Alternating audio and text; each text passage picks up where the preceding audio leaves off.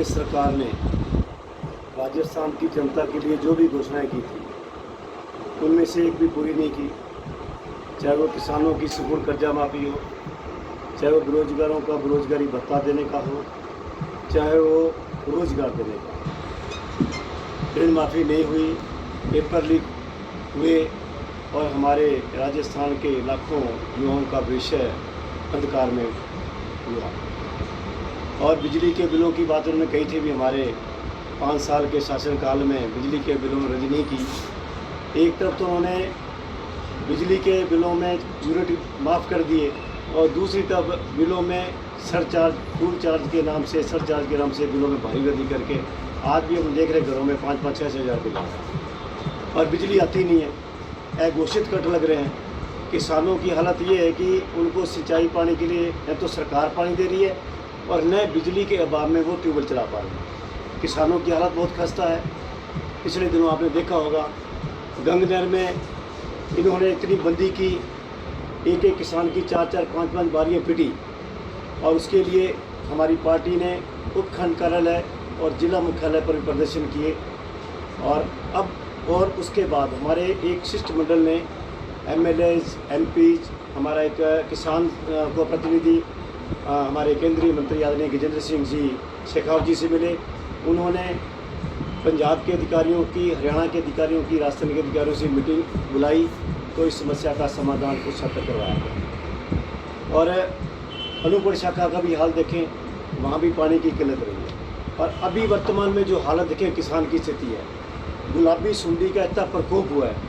राजस्थान सरकार ने जो भी इनके बीज दिए नरमे के और उसमें इतना नकली बीज था, तो आज हमारे किसानों की नरमे की फसल है लगभग 60% खराब हो चुकी है। मेरा आप प्रेस के माध्यम से सरकार से निवेदन है कि सरकार तुरंत प्रभाव से फसल खराबे का गिरदावरी कराए और किसानों को इस गुलाबी सुंडी से हुए खराबे पर नुकसान की मुआवजा दें। और चूँकि हमारे किसानों की फसल लगभग पक चुकी है, कुछ तो पानी के बाद में ख़राब होगी, कुछ ये गुलाबी सुंडी के चक्कर में मतलब सारी फसलें बर्बाद होगी। और इस प्रकार हम कह सकते हैं कि पूरे 5 साल में कांग्रेस सरकार पूरी तरह से विफल रही है और राजस्थान की जनता की अपेक्षाओं और आकांक्षाओं पर खरी नहीं उतरी।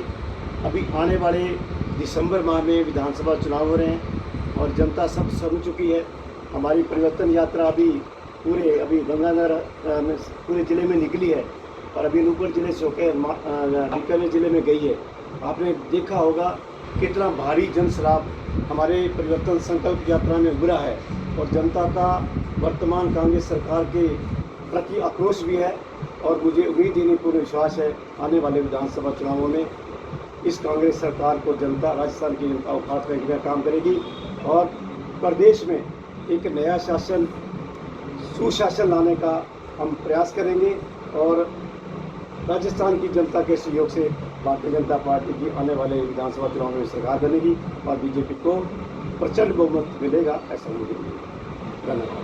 रचनात्मक गतिविधियाँ वो लगातार चलती रहती है और वर्तमान में जो कि अभी कुछ राज्यों के चुनाव सिर पर है, जिसमें राजस्थान का चुनाव भी दिसंबर माह में होने वाला है, तो उस नाते से हमारे पार्टी की जो केंद्रीय विधायक प्रवास योजना, उसके अंतर्गत लगभग 650 विधायक पूरे भारतवर्ष से वो अलग अलग राज्यों में उनका प्रवास है। और ये 8 दिवसीय प्रवास, उसमें हर विधानसभा में भारतीय जनता पार्टी का कोई ना कोई विधायक किसी न किसी राज्य से वो प्रवास पर है। और इस प्रवास के दौरान सभी जितनी भी संगठनात्मक गतिविधियां होती हैं उन सब के उनको सुचारू रूप से आगे बढ़ाना और सभी मंडलों का प्रवास और जो भी एक पार्टी की योजनाएं होती हैं उनको आगे बढ़ाने के लिए ये सब प्रवास कार्यक्रम इस प्रकार से होते हैं। तो उस नाते से जो रायसिंह नगर विधानसभा, इसमें जो 8 दिवसीय प्रवास है, मैं उसके अंतर्गत यहाँ पर मुझे आने का मौका मिला है।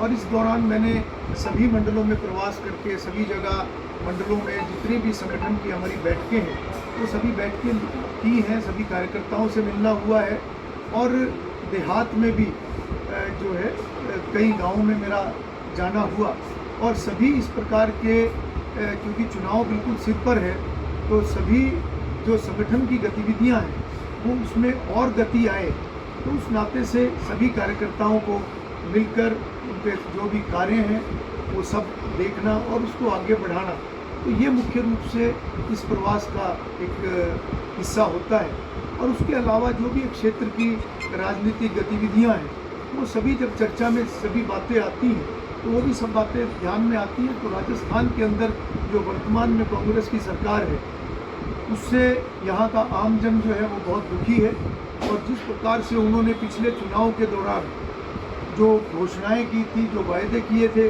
उनमें से अधिकतर वायदे वो पूरे नहीं कर पाए।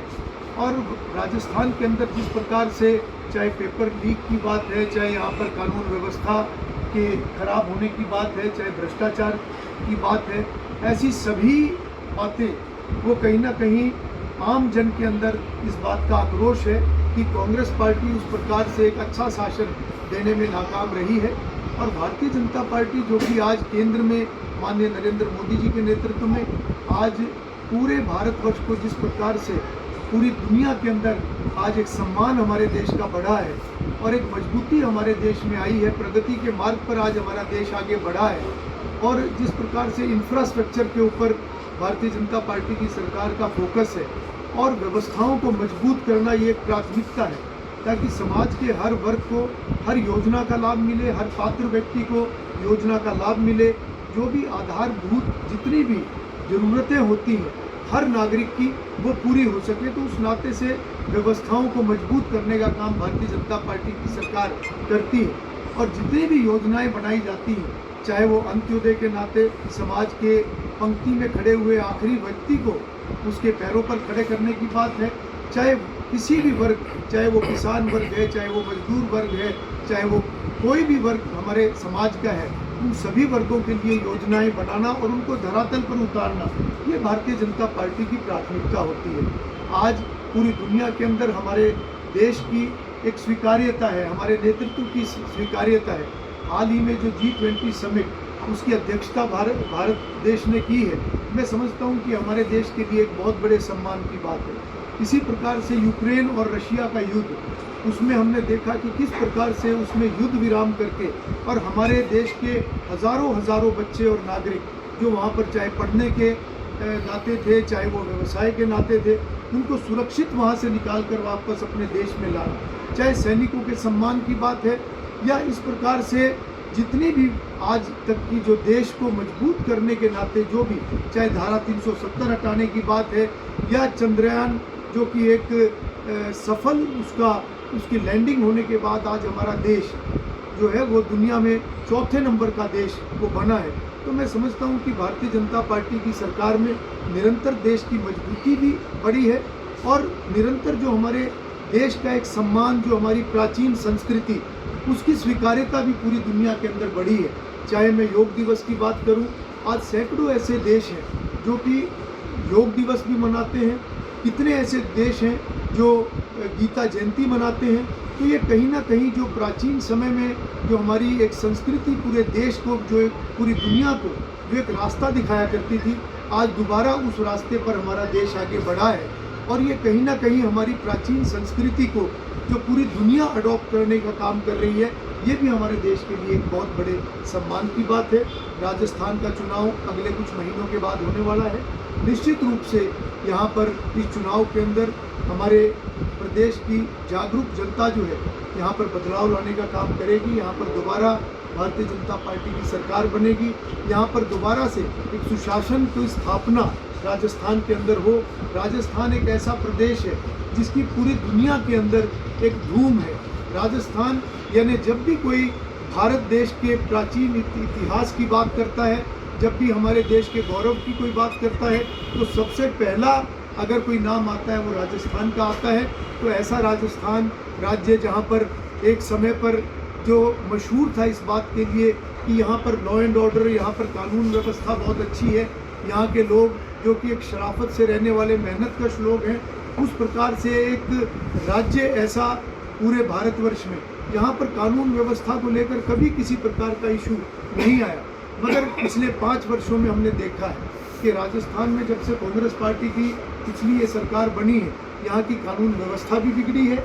और ख़ास तौर पर एक जो मातृशक्ति, जो कि हमारे आबादी का 50% जो हमारी एक ताकत है, हमारे समाज की ताकत है, हमारा गौरव है, हमारा सम्मान है, उस मातृशक्ति को लेकर भी अगर कानून व्यवस्था बिगड़ती है, उनके ऊपर अत्याचार होते हैं, उनके ऊपर अपराध होता है, तो मैं समझता हूँ कि राजस्थान जैसे राज्य के ऊपर ये कहीं ना कहीं एक काला धब्बा है। इन सभी चीज़ों को ठीक करने का काम भारतीय जनता पार्टी की सरकार पुनः आने के बाद इन सभी चीज़ों को ठीक करने का काम करेगी। कैसा लगा आपको? एक एक कार्यकर्ता से आप मिले हैं, ग्राउंड पे रहे हैं, तो देखिए बहुत अच्छा रहा। और ये प्रवास जो 8 दिवसीय प्रवास है, इसमें क्योंकि हमारे 7 संगठनात्मक दृष्टि से हम देखें तो 7 मंडलों में हमारे जो रायसिंह नगर विधानसभा है वो विभाजित है, तो सभी मंडलों के अंदर मेरा जाना हुआ। वहाँ के सभी कार्यकर्ताओं से भी काफ़ी कार्यकर्ताओं से मेरा मिलना हुआ, चाहे वो मंडल की बैठकों के अंदर, चाहे वो शक्ति केंद्रों में जाना मेरा हुआ, वहाँ पर भी मेरा देहात के अंदर भी कार्यकर्ताओं से मिलना हुआ। तो उस नाते से ये बहुत अच्छा मेरा प्रवास रहा है। और लोगों के अंदर एक उत्साह मैंने जो देखा है, कार्यकर्ताओं के अंदर उत्साह देखा है। और आने वाले समय में उन्हें भारतीय जनता पार्टी की सरकार स्थापित करने की जो एक मंशा आम जन के अंदर भी देखने को मिली है, तो कहीं ना कहीं एक बहुत ही एक अच्छा, एक खुशी का एक विषय है। सर, एक अभी कुछ दिन पहले परिवर्तन संकल्प यात्रा हुई, उसके बाद सोशल मीडिया पर कुछ गुटबाजी सी दिखी, उस पर आप क्या कहना चाहेंगे? देखिए, भारतीय जनता पार्टी एक बहुत ही अनुशासित पार्टी है। भारतीय जनता पार्टी एक विचार से बंधा हुआ संगठन है। और मैं समझता हूँ कि किसी भी परिवार के अंदर कोई छोटी मोटी बात हो सकती है, मगर इस प्रकार की कोई बात नहीं होती। ये तो एक उत्साह होता है। और दूसरी बात ये भी है कि भारतीय जनता पार्टी जो कि एक 10 जो हमारे संस्थापक जो थे, उनसे जो एक विचार को लेकर एक संगठन चला, आज 15 करोड़ सदस्यों का ये संगठन है। तो मैं समझता हूँ कि एक उत्साह होना, पार्टी के प्रति एक अच्छा भाव होना, और उसके अंदर भी हर कार्यकर्ता जो पार्टी को मजबूत करने का काम करता है, संगठन को मजबूत करने का काम करता है। तो जब कोई भी कार्यकर्ता मेहनत करता है तो उस मेहनत में वो कार्यकर्ता भी आगे आता है। और भारतीय जनता पार्टी एक ऐसा संगठन है जो काम करने वाले हर कार्यकर्ता को आगे बढ़ाने का काम करता है। और अगर हम उदाहरण के तौर पर देखें तो हमारे देश के 2 बड़े पद, चाहे वो राष्ट्रपति का पद है, चाहे वो प्रधानमंत्री का पद है, दोनों ही पद एक ऐसे पद हैं जहां पर एक सामान्य परिवार से उठकर गए हुए ऐसे कार्यकर्ता, ऐसे लोग, जो कि आज द्रौपदी मुर्मू जी की अगर मैं बात करूं, आज हमारे देश की महामहिम राष्ट्रपति हैं, हमारी बहुत ही सम्मानित है। और वो हमारे देश के एक बहुत ही गरीब राज्य से, एक आदिवासी राज्य से उठकर आज वो देश की राष्ट्रपति बनी है। मैं समझता हूँ कि ये पूरे देश के लिए गौरव की बात है। हमारा देश जो कि एक गांव में, जो अधिकतर जो हमारा देश जो है वो गांव में बसता है, तो ये प्रत्येक ग्रामीण के लिए, प्रत्येक देशवासी के लिए एक सम्मान की बात है। इसी प्रकार से हमारे देश के माननीय प्रधानमंत्री श्रीमान नरेंद्र मोदी जी, वो भी एक सामान्य परिवार से, एक सामान्य कार्यकर्ता के नाते वो संगठन में आगे बढ़े और आज वो देश के प्रधानमंत्री हैं। तो मैं समझता हूँ कि ये भारतीय जनता पार्टी ही है जो प्रत्येक कार्यकर्ता को आगे बढ़ाने का काम करती है। और हर कार्यकर्ता जो भारतीय जनता पार्टी का समर्पित कार्यकर्ता है, वो भी एक विचारधारा के नाते सबसे पहले राष्ट्र और उसके बाद संगठन या समाज और आखिर में कार्यकर्ता खुद को रखता है। इसी भाव के साथ एक परिवार मानकर पूरा संगठन आगे बढ़ता है। सर, सीएम के चेहरे के लिए लोग अलग अलग प्रयास लगा रहे हैं, तो सीएम के चेहरे के बारे में आप क्या कहना चाहिए? देखिए, समय समय पर ये विषय आते हैं, ये हमारा जो केंद्रीय नेतृत्व है वो उसके ऊपर फैसला करता है। देखिए, जीएसटी जो है या कोई भी ऐसा, जब भी कोई नया विषय आता है और वो व्यवस्था को सरल करने के लिए और व्यवस्था को मजबूत करने के लिए जब भी कोई विषय आता है तो कुछ समय लगता है उस विषय को व्यवस्थित होने में। आज जीएसटी जो है उससे कहीं ना कहीं जो देश का राजस्व है वो बढ़ता है और जो व्यापारी है, व्यापारी को भी इसमें लाभ होता है, क्योंकि एक सरलीकरण है। बहुत सारे चैनल जब होते हैं तो बहुत सारे चैनल में व्यापार करना भी मुश्किल होता है, और जब उसका सरलीकरण करके उसको एक स्ट्रीमलाइन जब भी टैक्स व्यवस्था को किया जाता है तो वो व्यापारी के भी हक में होता है, कंज्यूमर के भी हक में होता है और सरकार के भी हक में होता है। तो मैं समझता हूँ कि जीएसटी जब से लागू हुआ है, एक सरलीकरण हुआ है, इसी प्रकार से अन्य बहुत सारी व्यवस्थाएं हैं जिसको सरलीकरण जिसका सरकार ने किया है। ऑनलाइन सर्विसेज के नाते अगर मैं बात करूं तो आज कितनी ऑनलाइन सर्विसेज हैं। एक समय हमारे देश के उस समय के प्रधानमंत्री जो कांग्रेस की सरकार के प्रधानमंत्री थे, उन्होंने एक बार एक वक्तव्य दिया था कि जब भी ऊपर से 100 पैसे चलते हैं तो धरातल पर वो 15 ही पैसे पहुंचते हैं। भारतीय जनता पार्टी ने उसको चैलेंज के तौर पर स्वीकार किया।